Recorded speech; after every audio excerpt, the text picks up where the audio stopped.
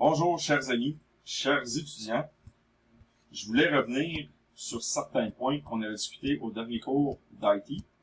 On avait dit dans le fond qu'on avait installé les outils, le module outils, le module plugin outils.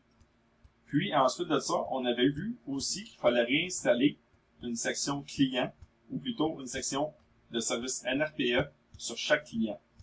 On avait dit aussi qu'il fallait faire ça dans le fond pour créer une connexion entre le serveur et les clients. Donc, si le client veut interroger chaque client qu'on a besoin de monitorer, bien, il faut créer une porte d'accès. Donc, la porte d'accès, c'est les modules NRPE installés sur chaque machine qu'on a besoin de surveiller. Puis, un coup c'est installé, il faut lancer les services qui gardent la porte ouverte. Donc, on avait fait ça de cette façon-là. Donc, la première étape, c'était d'aller chercher le fichier NRPE que vous voyez dans le fond que j'avais ici. Donc, j'étais allé dans le répertoire NRPE 4.0.2. On peut le sélectionner, appuyer sur Entrée, bouton droit pour l'atteindre avec la souris. Un coup qu'on est rendu dedans, on peut faire un ls-l. Donc, on voit dans le fond que nos fichiers sont là, sont présents. On voit aussi que le configure. Donc, première étape avant de compiler un logiciel, c'est la configuration des scripts de compilation. Donc, on fait un configure. Désolé. Toujours avec un sudo devant. Donc, la vérification est en train de se faire pour voir si on a les outils qu'il faut pour réussir à le compiler.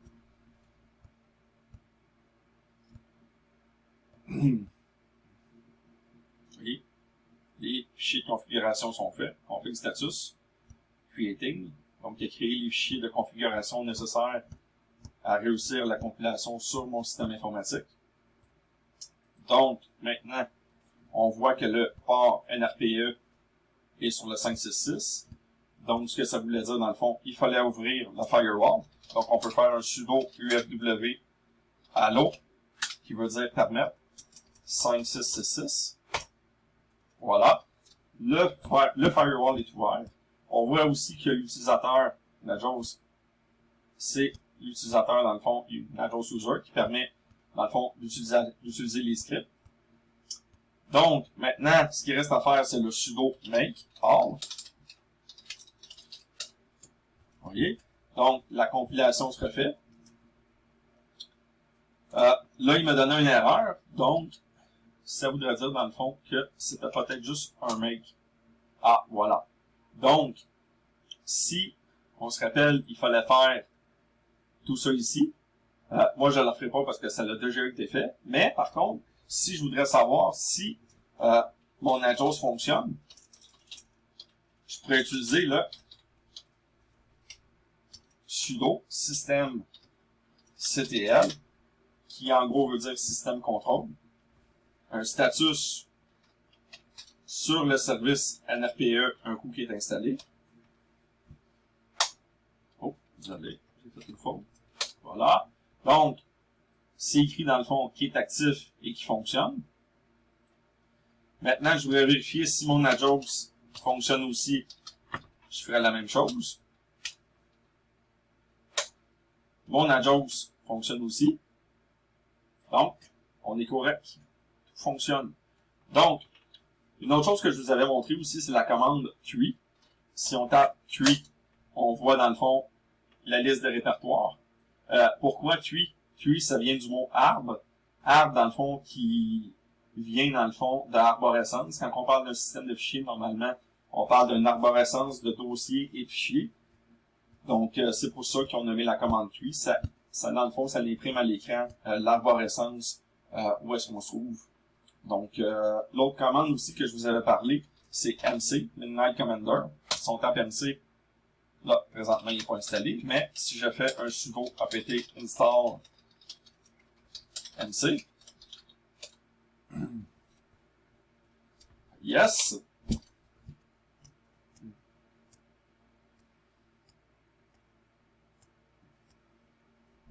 ça devrait pas tarder.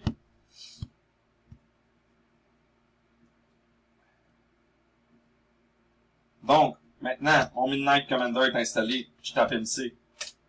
On a un menu comme ça qui nous permet de se déplacer dans le répertoire.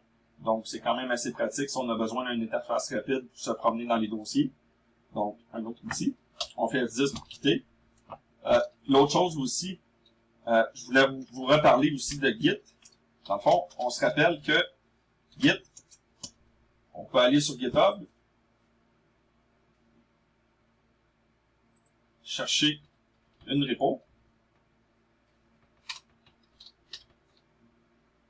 Si, mettons, je vais chercher celle de Najos, encore une fois, une Najos Core, chose qu'on a déjà faite et que je vous demanderai de ne pas refaire. C'est vraiment juste un exemple en tant que tel pour vous montrer comment on faisait. Donc, si je vais ici, vous voyez, le bouton var code. Donc, ce que je fais, je copie le code ici. Je m'en vais sur Ubuntu. Je tape un git clone pour cloner ce dossier-là. Bouton droit de la souris pour le coller. On n'a plus juste rentré. Et voilà, les dossiers arrivent. Mon fichier compressé qui contient la source de GitHub qui contient Najos Enterprise pour être transféré sur mon disque dur. Donc, si on regarde, je devrais avoir un répertoire Najos Core. Vous voyez, il est là. Vous voyez? Donc, le répertoire est arrivé. Donc, c'est vraiment la bonne commande. Ensuite de ça, je voulais vous rappeler aussi que le CD, si on veut changer de répertoire, on fait toujours, dans le fond, le slash avant. Comme ici, dans le fond, il y a SRC. Dans le fond, je fais CD, SRC, vu que c'est dans le répertoire courant.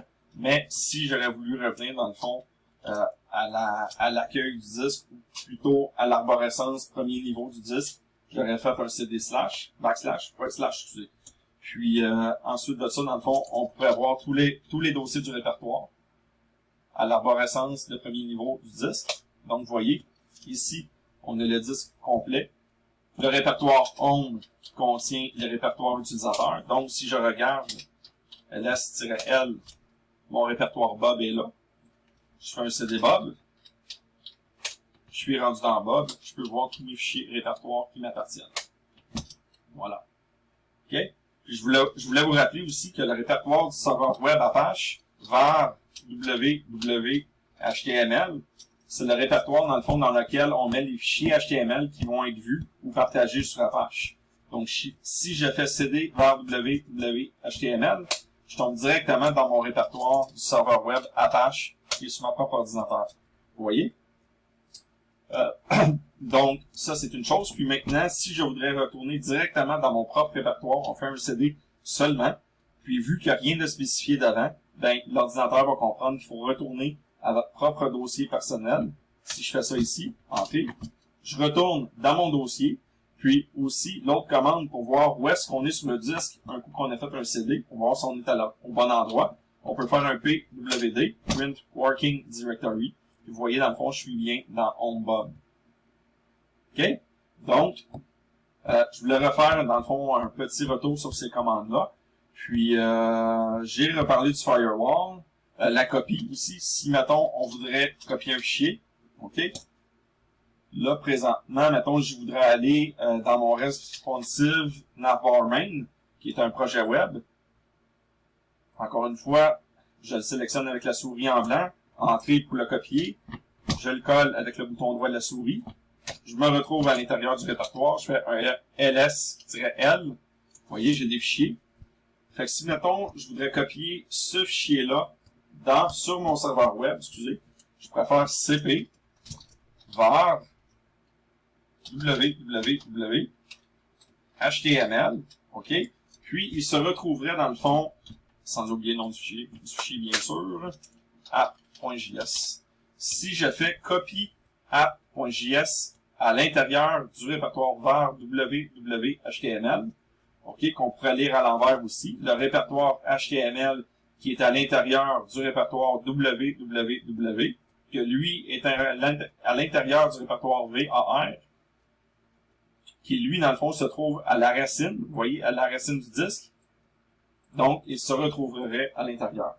Donc, je fais ça, vous voyez. Je copie le fichier. Ce qu'il me dit, permission refusée. Pourquoi? Parce que le dossier n'est pas à l'intérieur de votre propre dossier personnel. Donc, vu que Linux est sécurisé, Ça veut dire que pour le faire, pour copier vraiment sur le système, faire une modification sur le système en dehors de vos propres données personnelles, il faut faire un sudo. Donc, si je fais le sudo, ça va être accepté. Puis, comme je vous disais, là maintenant, si on retourne, présentement, je suis à la racine de mon disque dur. OK? Donc, si je veux aller sur le serveur web que j'ai copié mon fichier app.js dedans, OK? On sait que dans le fond, HTML était dans le répertoire www, qui lui était dans le répertoire var, qui lui était à la racine du disque. Donc, vous voyez, présentement, je suis à la racine du disque. Il y a seulement une barre. Il n'y a pas de nom de répertoire devant, comme home ici, présent. À ce niveau-là, ici, j'étais dans le répertoire home. Ici, il n'y a pas de répertoire, donc je suis à la racine. Donc, si on va aller chercher le répertoire var, si on fait un LSL, il est vraiment ici. OK? Je suis à la racine. Donc, si je fais un CD var, voyez, on avait dit aussi qu'on était allé dans le répertoire www, ou plutôt, on avait copié dans la HTML qui se trouvait dans le www, qui était, lui, dans le dossier var. Présentement, on est dans le dossier var. Il y a le dossier www. Donc, si je fais le LSL dedans var, bien, il y a vraiment bien le www. Fait que si je fais cd www, je devrais avoir mon répertoire HTML qu'on avait vu tout à l'heure. HTML, www var. Donc, je fais un cd HTML. Vous voyez, là, le chemin est identique à où est-ce que j'ai copié tout à l'heure. Vous voyez? Identique. Donc, maintenant, si je fais un ls, mon fichier app.js devrait se trouver. Et, surprise, il est là. Vous remarquerez qu'il est en gris. OK? Comparativement aux autres qui sont en vert. Ce que ça veut dire, c'est que présentement, mes scripts PHP et le fichier HTML sont exécutables comme des logiciels, tandis que app.js n'est pas encore exécutable vu les permissions sur le fichier. Si vous regardez, on peut voir les permissions ici à côté. La différence avec eux, il y a une bonne différence, il y a beaucoup plus de lettres. Je vous expliquerai ça bientôt, mais ce qu'il faut se rappeler, c'est que dans le fond, pour pouvoir exécuter du code ou des fichiers scripts ou même des logiciels, il faut avoir la permission. Donc, il faut créer les permissions qui vont accorder le droit d'exécution de ces fichiers-là. Donc, je crois que ça fait le tour. Je crois que c'est quand même assez bien. On a quand même vu beaucoup de choses. On s'améliore encore. Puis, j'espère que ça a été assez aidant pour vous donner encore un éclaircissement, puis une façon de faire qui va vous aider. Puis, si vous avez des questions, ben, vous pouvez m'écrire par courriel ou par Teams. Puis, ça va toujours me faire plaisir de vous répondre. Merci beaucoup!